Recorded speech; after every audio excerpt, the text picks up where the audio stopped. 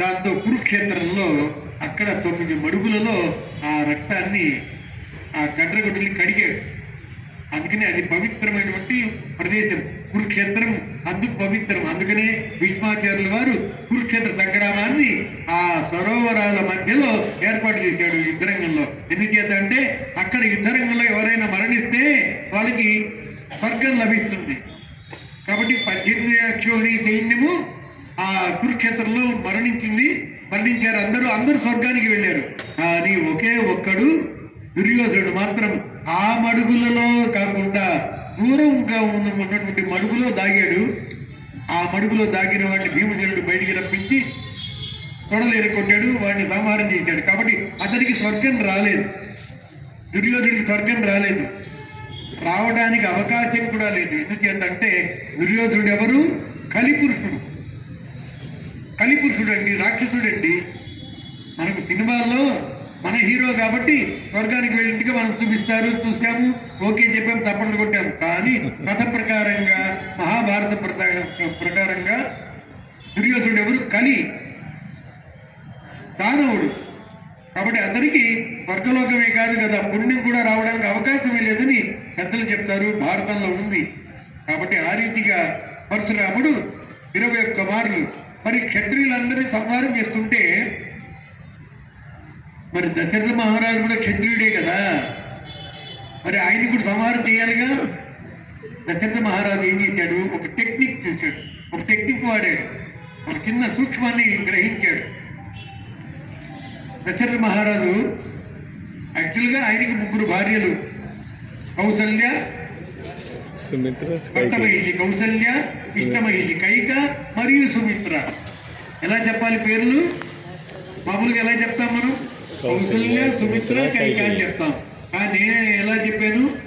కొత్తమహిషి కౌసల్య, ఇష్టమహిషి కైక మరియు సుమిత్ర. కాబట్టి ఈ 3 వీళ్ళు పట్టపురాణులు. కానీ అప్పుడప్పుడు పరశురాముడు దశరథ మహారాజు మరి క్షత్రియుడు కదా, చంపాలి కదా. ఆ అయోధ్య నగరం దగ్గరికి వచ్చేటప్పటికల్లా ఎప్పుడైతే పరశురాముడు వస్తున్నాడో భూమి కంపించేది, దుమారం లేగేది.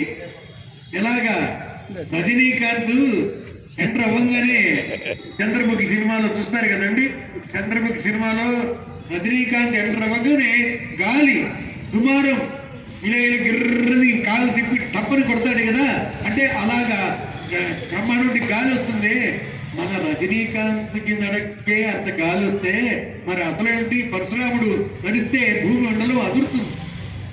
కాబట్టి ఎప్పుడైతే భూమి అదిరిందో, ప్రచండ గాలి వీచిందో, దుమ్ము ధూళి లేగిందో దశరథ మహారాజుకి అర్థమయ్యేది, ఓ పరశురాముడు వస్తున్నాడు అని చెప్పి భయంతో ఊరి బయటికి వచ్చి కనిపించిన వాళ్ళ మెడలో, అంటే వివాహం కానీ ఆడవాళ్ళ మెడలో తాళిబొట్టు కట్టేవాడు. కాబట్టి దశరథ మహారాజుకి ఎంతమంది భార్యలు? 300 మంది భార్యలు ఉన్నారు. తెలుసా మీకు? కేవలం ఈ 3 కాదండి, 300 మంది భార్యలు ఉన్నారు. అంటే ఎన్నిసార్లు పరశురాముడు వస్తాడో అన్నిసార్లు దుమ్ము ధూళి వేగి గాలి ప్రచండంగా వీచేటప్పటికల్లా సిగ్నల్స్ వచ్చేసింది, తుఫాన్ వస్తోందని మనకు తెలుస్తుంది కదా. ఆ గాలి దుమారం వచ్చేటప్పటికల్లా ఓ పరశురాముడు వస్తున్నాడు అనేటప్పటికల్లా ఊరి వెలుపల వచ్చేది. అక్కడ ఏ జాతి స్త్రీ అయినా సరే, ఏ జాతి స్త్రీనైనా వివాహం చేసుకోవచ్చు చక్రవర్తి అని ఉంది శాస్త్రంలో. కాబట్టి కనిపించిన ఆడవాళ్ళకి తాళిబొట్టు కట్టేది, వాళ్ళకి అన్ని ఏర్పాటు చేసేది మహారాణిలాగా. దాంట్లో అన్ని రకాల వాళ్ళు ఉన్నారు. దాంట్లో ఒకసారి శాంత అని ఒక బ్రాహ్మణ స్త్రీకి కూడా తాళిబొట్టు కట్టాడు.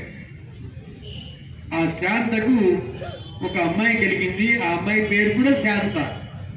ఆ శాంతని ఋష్యశృంగ మహర్షికి వివాహం చేశారు.